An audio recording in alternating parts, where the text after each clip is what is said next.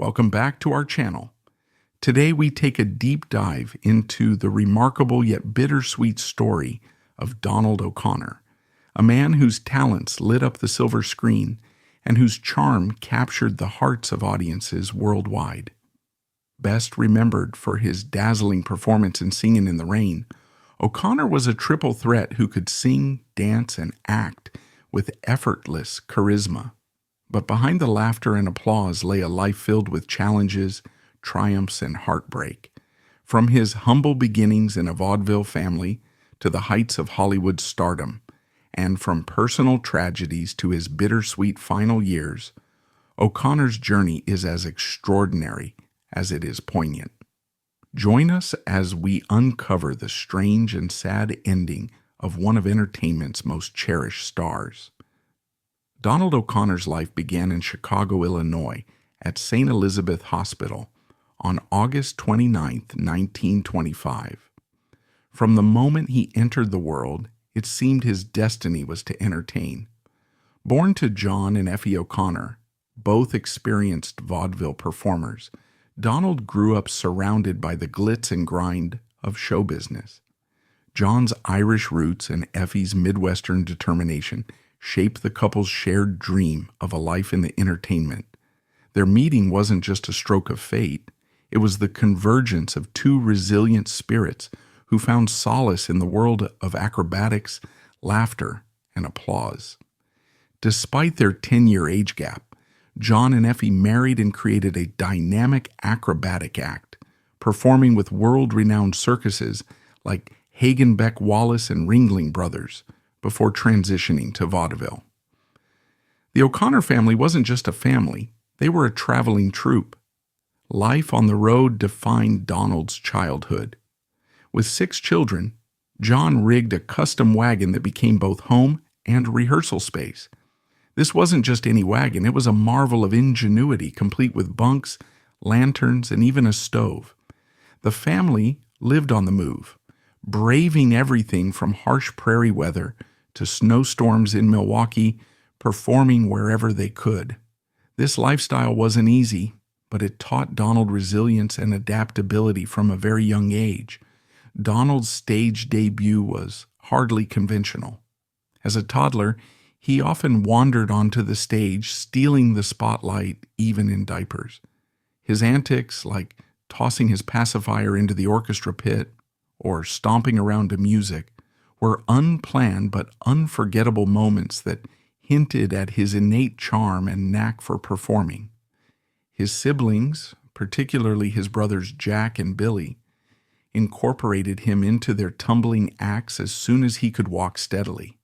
This early exposure to performing wasn't just a job, it became the foundation of Donald's extraordinary career. Yet Donald's early life wasn't without its tragedies. At just 2 years old, he and his 4-year-old sister, Arlene, were involved in a devastating car accident. Arlene, who had taken him out in his buggy to buy candy, was struck and killed by a vehicle. Donald survived, but the loss left an indelible mark on the family.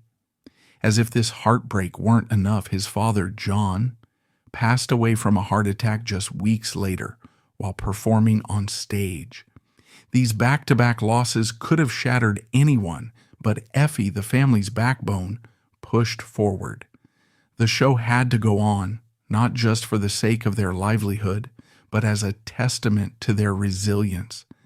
Effie's strength became the anchor that kept the family together, even as she juggled performing and homeschooling her surviving children.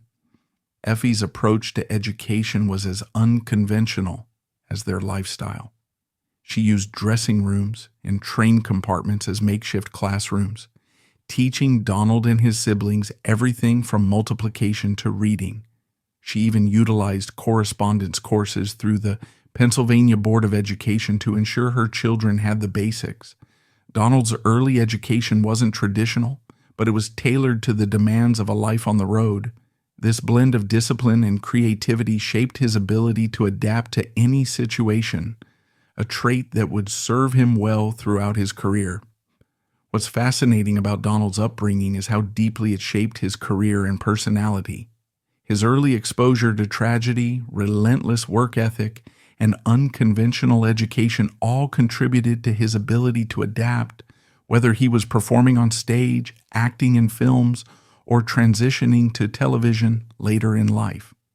The loss of his sister and father at such a young age instilled in him a sense of responsibility and resilience that defined his interactions with his family and his approach to his craft. Moreover, his time in Danville highlights the duality of his life. On one hand, he was a child growing up in a tight-knit community. On the other, he was a young performer constantly thrust into the spotlight. This duality created a unique blend of humility and showmanship, making him relatable yet extraordinary to those around him. While Donald's immediate family was always on the move, his extended family provided a sense of stability. Much of his extended family lived in Danville, Illinois, where his Uncle Will and Aunt Josie had a large home with their 11 children. Danville wasn't just a pit stop for the O'Connors during financial hardships, it was a haven. The bustling household provided Donald with a sense of community and a chance to bond with his cousins. In Danville, he was more than just another kid. He was a star. His peers admired him for his glamorous stage life, and his magic tricks and storytelling skills only added to his allure. While some boys were envious of the attention he received, Donald's natural charisma made him a favorite among the girls in town. Donald's sense of belonging in Danville extended beyond family ties. The town itself became a cherished part of his identity, offering a brief respite from the grueling demands of life on the road. Yet even in Danville, the O'Connors' rest was temporary. When funds ran low or a new opportunity arose, the family packed up and moved on, often to places like Peru, Illinois, where they entertained at country clubs to make ends meet. As Donald grew older, his personal relationships became more complex. His first marriage to Gwendolyn Carter brought a daughter into his life, but the union was short-lived, ending in divorce in 1954. However, love found him again in 1956 when he married Gloria Noble, with whom he had 3 children, Alicia, Donald Frederick, and Kevin. This marriage was a source of stability for Donald, lasting until his death. Gloria was more than a spouse. She was a partner who supported him through the highs and lows of his career. Effie's approach to education was as unconventional as their lifestyle. She used dressing rooms and train compartments as makeshift classrooms, teaching Donald and his siblings everything from multiplication to reading. She even utilized correspondence courses through the Pennsylvania Board of Education to ensure her children had the basics. Donald's early education wasn't traditional, but it was tailored to the demands of a life on the road.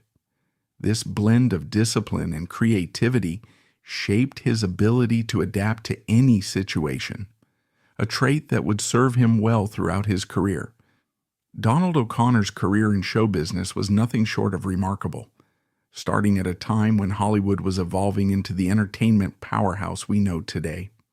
His journey into the film industry began in 1937, when he appeared in small, uncredited roles in films like Melody for Two. While these early appearances may have gone unnoticed by audiences, they provided O'Connor with invaluable experience and a foot in the door of an intensely competitive industry. Before he became a household name, Donald O'Connor was already making waves in Hollywood with a series of memorable roles during his early years. After signing with Paramount Studios, O'Connor appeared in Men with Wings, 1938, directed by the legendary William Wellman, where he portrayed a young Fred McMurray.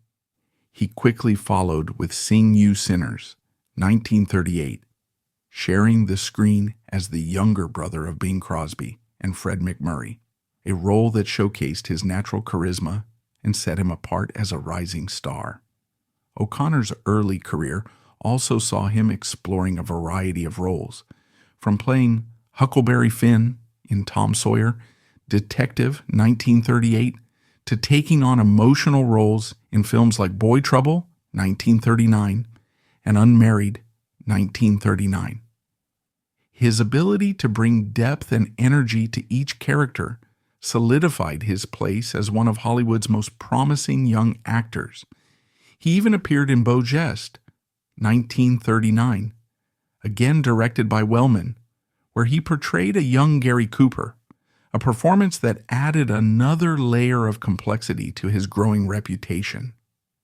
After a string of successful films, including Million Dollar Legs, 1939, alongside Betty Grable and On Your Toes, 1939, for Warner Brothers, O'Connor briefly stepped away from Hollywood to rejoin his family's vaudeville act.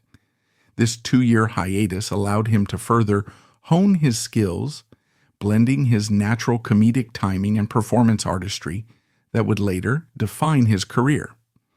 After signing with Paramount Studios, O'Connor appeared in Men with Wings, directed by the legendary William Wellman, where he portrayed a young Fred McMurray. He quickly followed with Sing You Sinners, sharing the screen as the younger brother of Bing Crosby and Fred McMurray, a role that showcased his natural charisma and set him apart as a rising star. O'Connor's early career also saw him exploring a variety of roles, from playing Huckleberry Finn in Tom Sawyer, detective, to taking on emotional roles in films like Boy Trouble and Unmarried. His ability to bring depth and energy to each character solidified his place as one of Hollywood's most promising young actors. He even appeared in Beau Geste, again directed by Wellman, where he portrayed a young Gary Cooper, a performance that added another layer of complexity to his growing reputation. After a string of successful films, including Million Dollar Legs, alongside Betty Grable and On Your Toes for Warner Bros., O'Connor briefly stepped away from Hollywood to rejoin his family's vaudeville act. This 2-year hiatus allowed him to further hone his skills, blending his natural comedic timing and performance artistry that would later define his career. These roles showcased his ability to captivate audiences with a natural ease, setting him apart as a young actor destined for greatness. Whether playing the younger version of a leading man or adding emotional depth to a story, O'Connor displayed an early versatility that hinted at the dazzling career ahead. These formative experiences not only honed his acting skills, but also prepared him for the demanding world of Hollywood stardom, long before he would dazzle audiences in Singin' in the Rain.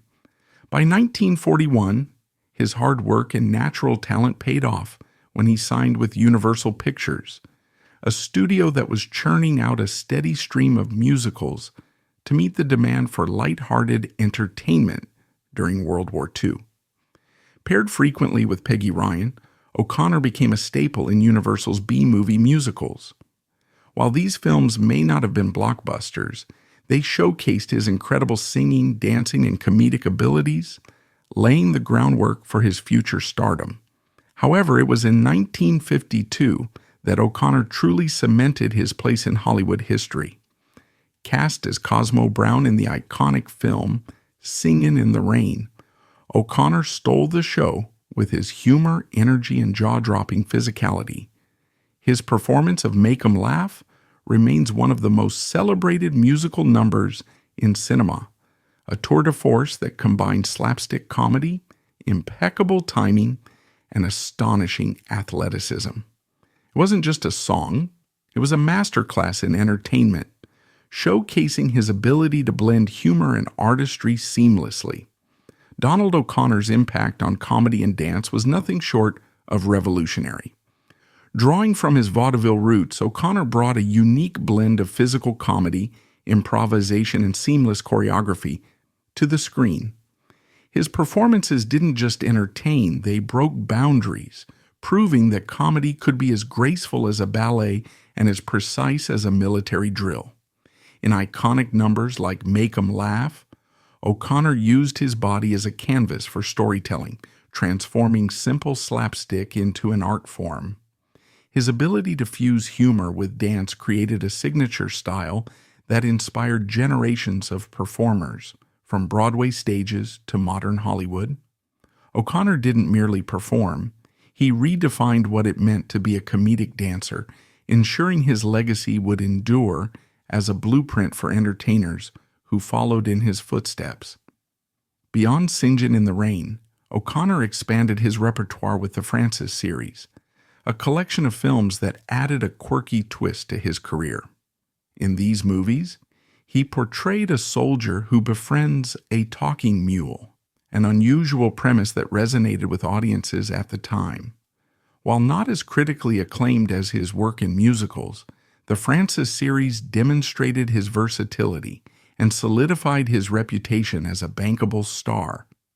Despite his success, O'Connor's career was interrupted by World War II. Drafted into the U.S. Army at the age of 18, he put his rising stardom on hold to serve his country. Universal Pictures, recognizing his immense popularity, expedited the production of several films to ensure his on-screen presence would remain during his absence. When he returned from military service, O'Connor picked up right where he left off, diving back into musicals like I Love Melvin and Call Me Madam. These films not only showcased his charm and dancing prowess, but also allowed him to share the screen with other Hollywood heavyweights like Debbie Reynolds and Ethel Merman. As Hollywood transitioned into the television era, so did O'Connor. He brought his charisma to the small screen, hosting the wildly popular Colgate Comedy Hour, and later starring in his own program, The Donald O'Connor Show. These ventures allowed him to connect with audiences in a new way, proving that his talents weren't confined to the silver screen. The 1960s marked an exciting and transitional period for Donald O'Connor's career. He teamed up with Glenn Ford in the light-hearted comedy Cry for Happy, 1961, and took on a starring role in The Wonders of Aladdin, 1961, a lavish fantasy film produced by MGM. While these projects showcased his versatility, O'Connor began to shift his focus to live performances, becoming a regular on the Las Vegas circuit and dazzling audiences with his signature blend of comedy, dance, and charm. Returning to Universal for the first time in a decade, he starred alongside Sandra Dee in the romantic comedy That Funny Feeling, 1965, proving he still had the charisma to captivate filmgoers. Beyond the big screen, O'Connor made memorable appearances in popular television anthologies like Bob Hope Presents the Chrysler Theater, Vacation Playhouse, and ABC Stage 67. He also earned critical praise for his theatrical work, particularly in productions of Little Me. In 1968, O'Connor ventured into daytime television with a widely syndicated talk show titled The Donald O'Connor Show. While the program initially gained attention, its unexpected political undertones led to controversy and an early cancellation, with the studio reportedly criticizing O'Connor for straying from his traditional entertainment roots. Despite this setback, O'Connor's talent and adaptability continued to shine through in every medium he touched during this era. O'Connor's career is a testament to his adaptability and range as a performer. While he excelled in musicals, his ability to entertain extended to comedy, drama, and even the emerging medium of television. One of the most striking aspects of his career is how he navigated the shift in entertainment trends, moving effortlessly from vaudeville roots to musicals, and eventually to television, a feat few performers could achieve with the same level of success. His work ethic also stands out. During the height of his career, O'Connor wasn't just a performer, he was a relentless innovator. His performance in Make 'Em Laugh famously required multiple takes, pushing his body to the limit. The result was a number so physically demanding that he ended up in bed for days afterward. Yet for O'Connor, the audience's laughter and applause made it all worthwhile. Additionally, His ability to connect with audiences of all ages and backgrounds speaks to his universal appeal. Whether he was playing the lovable Cosmo, dancing with Debbie Reynolds, or cracking jokes alongside a talking mule, O'Connor had a unique way of making every performance feel genuine and effortless. Donald O'Connor's career wasn't just about singing and dancing, it was about redefining what it meant to be a performer. From his early days in B-movie musicals to his iconic role in Singin' in the Rain, and from the big screen to television, O'Connor's career was a shining example of talent, dedication, and resilience.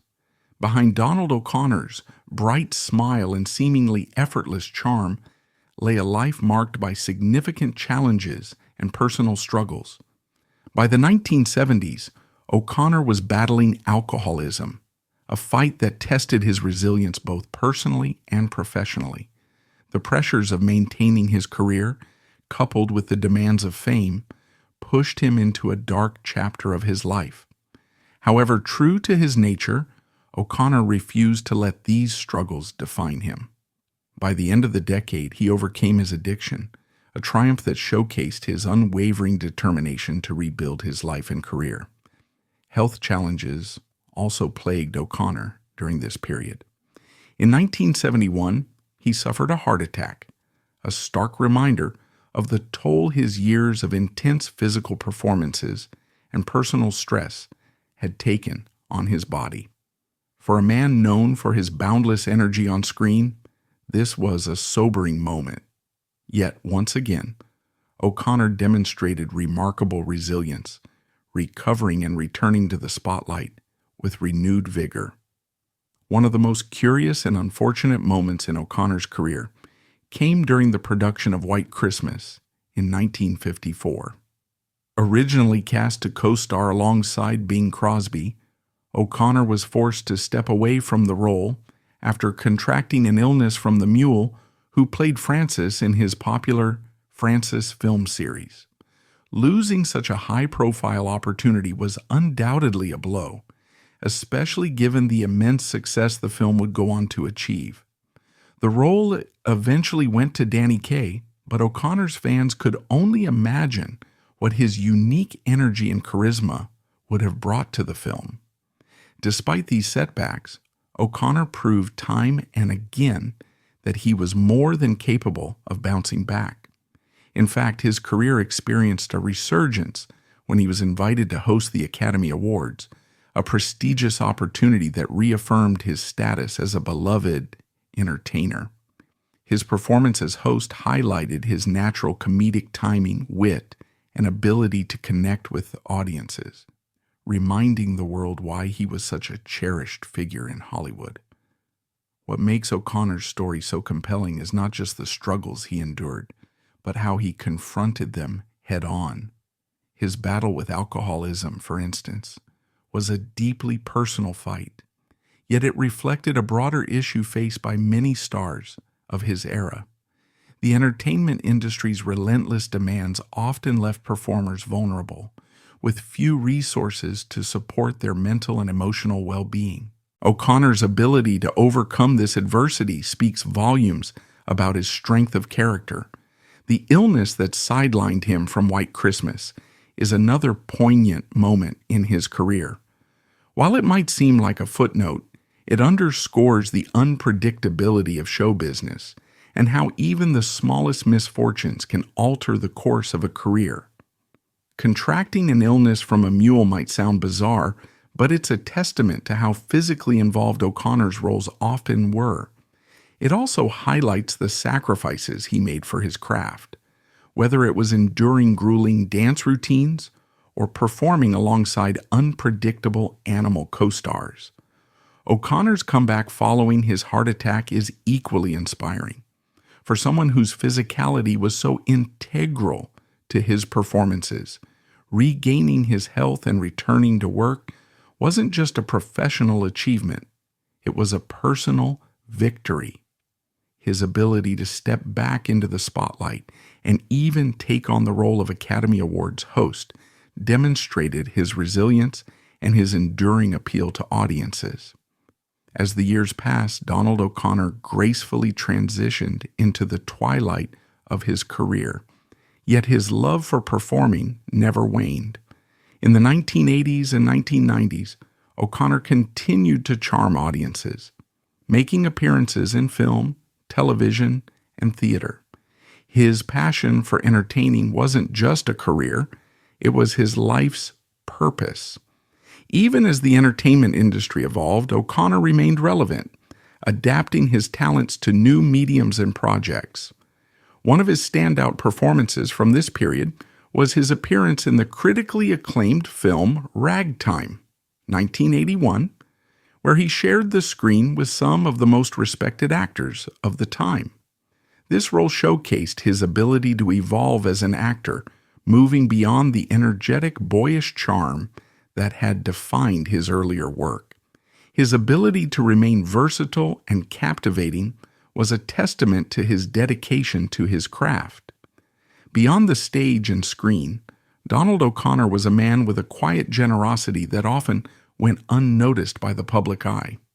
Known for his sense of humor and humility, O'Connor took time out of his busy career to support various charitable causes.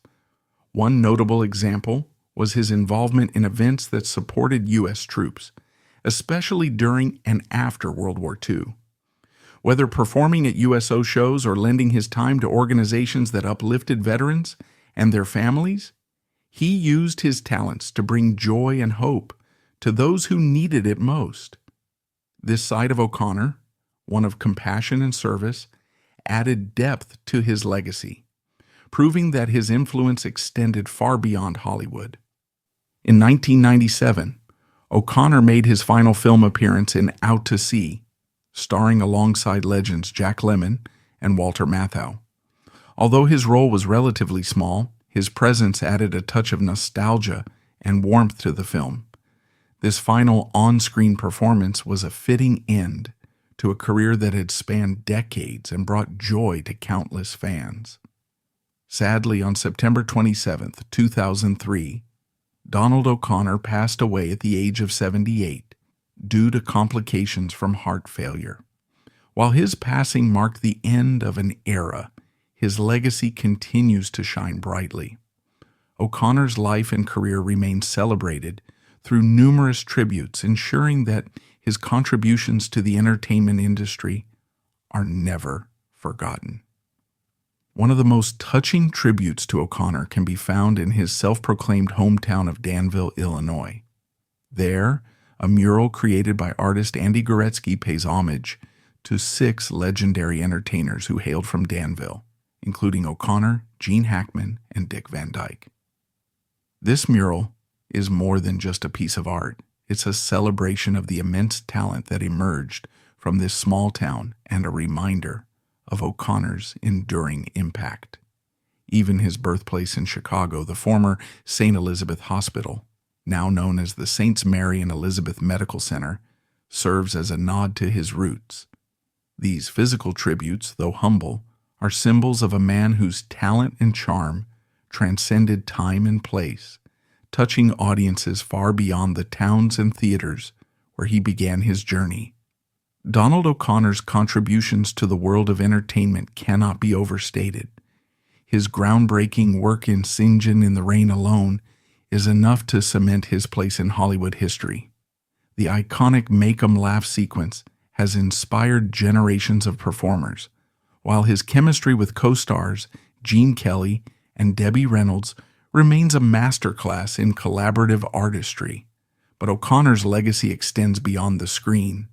He was a performer who exemplified versatility, seamlessly blending comedy, music, and dance in ways few others could.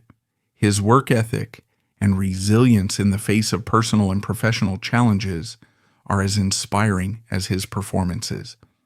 Perhaps what makes Donald O'Connor truly unforgettable is the joy he brought to his audiences. Whether he was dazzling viewers with gravity-defying dance moves or making them laugh with his quick wit, O'Connor had a rare ability to connect with people on a deeply emotional level. His legacy isn't just about his achievements, it's about the laughter, inspiration, and awe he left behind. And that's the extraordinary story of Donald O'Connor, a man whose life was a perfect blend of triumph, talent, and resilience. From his humble beginnings in a vaudeville family to his iconic performances on the big screen, O'Connor's journey is a testament to the magic of perseverance and passion. Though his life was not without its challenges, he faced them with the same energy and determination that defined his performances. Today, his work continues to inspire. His legacy lives on in murals, tributes, and the hearts of fans, and his contributions to the arts remain timeless. Thank you for joining us on this journey through the life of one of Hollywood's most beloved stars. If you enjoyed this story, please like, comment, and subscribe for more fascinating tales of the legends who shaped the golden age of entertainment. Until next time, goodbye